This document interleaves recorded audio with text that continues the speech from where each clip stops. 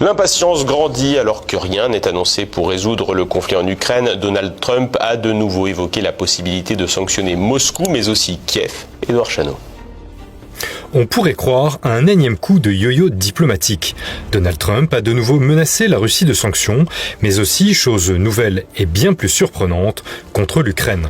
S'adressant à la presse à la Maison-Blanche le 26 août, le président américain a admis quelques difficultés pour obtenir son fameux deal pour l'Ukraine, sans en abandonner l'idée et refusant visiblement de paraître faible. À bien des égards, Poutine est dans la partie. Parfois, il sera là et Zelensky ne sera pas là. Je me demande, qui avons-nous aujourd'hui? Je dois avoir les deux en même temps, mais je veux que ça se termine. Nous avons des sanctions économiques. Ce ne sera pas une guerre mondiale, mais ce sera une guerre économique. Cela pourrait être mauvais pour la Russie et je ne veux pas ça. Mais Zelensky n'est pas non plus innocent, d'accord?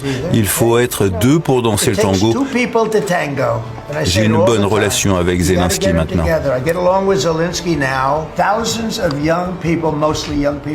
Des milliers de jeunes meurent chaque semaine. Si je pouvais sauver cela en imposant des sanctions ou simplement en étant moi-même ou en utilisant un système de droits de douane très dur qui coûte très cher à la Russie ou à l'Ukraine ou à qui que ce soit d'autre.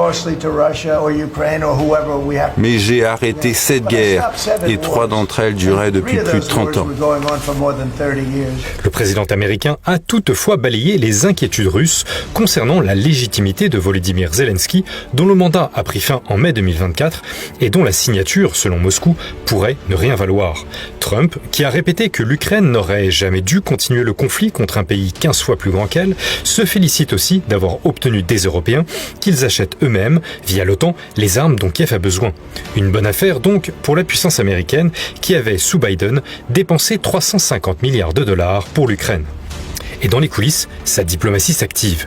Hier aussi, son envoyé spécial Steve Witkoff a confié sur Fox News qu'il tiendrait des réunions toute cette semaine avec les Ukrainiens. Il a de surcroît affirmé discuter avec les Russes chaque jour et que Vladimir Poutine avait réalisé un effort pour renouer le contact en bonne foi. Reuters a par ailleurs révélé hier, 26 août, citant 5 sources, que Washington et Moscou avaient discuté d'accords énergétiques, les Américains espérant inciter les Russes à formaliser un deal sur l'Ukraine. Les parties ont discuté de la possibilité de voir la société ExxonMobil intégrer le projet pétrolier et gazier russe Sakhalin 1 dirigé par Rosneft et que la Russie achète du matériel américain pour ses projets gaziers.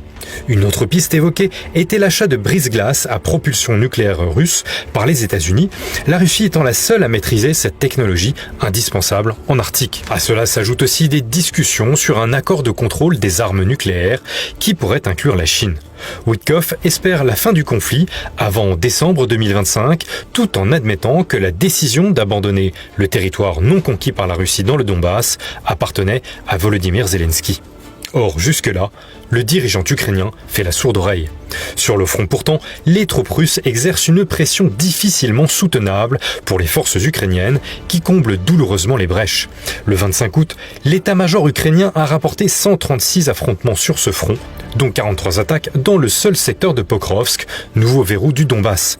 La pression est aussi sur les Européens qui doivent apporter des garanties de sécurité à Kiev qui seraient bien sûr acceptables par Moscou. Jusqu'à maintenant, bien sûr, la Russie ne veut pas entendre parler de troupes occidentales au sol, alors qu'Emmanuel Macron, qui a qualifié Vladimir Poutine d'ogre la semaine passée, envisage une force de réassurance sur le terrain. Une rhétorique et une posture fort peu diplomatique, encore et toujours à contretemps du grand jeu entre Moscou et Washington, qui progresse, comme l'expliquait hier la spécialiste de la Russie Raphaël Leclerc dans l'émission Choc du Monde de TVL. Je pense que le sommet d'Anchorage et ensuite les rencontres de Washington ont été essentielles et ont marqué un véritable tournant, à tel point que je pense que cela marque même un changement de paradigme à la fois spatial et temporel. Alors spatial parce que Anchorage se trouve à 9000 km de l'Europe et donc on voit vraiment que les présidents américains et russes ont décidé vraiment de faire un glissement vraiment illustré, spatial, de l'Atlantique au Pacifique, on en parle depuis longtemps, et également un changement de paradigme temporel, parce que selon moi, on a assisté en direct, pratiquement, à Anchorage, à la fin du monde de guerre froide, qui regroupe à la fois la guerre froide elle-même et ce qu'on appelle le moment unipolaire, c'est-à-dire la période entre 1991 et 2022. Ça y est, on est passé à quelque chose de complètement différent. Alors on n'est pas encore dans le nouvel ordre mondial, il y avait Yalta, et là on va en avoir un nouveau, on n'y est pas encore, mais disons que là on a quitté l'ordre de Yalta dans une période de transition, de turbulence qui est entre les deux. Selon Raphaël Auclair, Vladimir Poutine et Donald Trump se projettent déjà dans l'après-Ukraine, vont plus vite que les dirigeants européens dépassés par les circonstances. Vladimir Poutine a en effet déclaré le 22 août dernier, alors qu'il visitait un centre de recherche nucléaire, percevoir une lumière au bout du tunnel dans les relations entre la Russie et les États-Unis, saluant une discussion franche avec Donald Trump.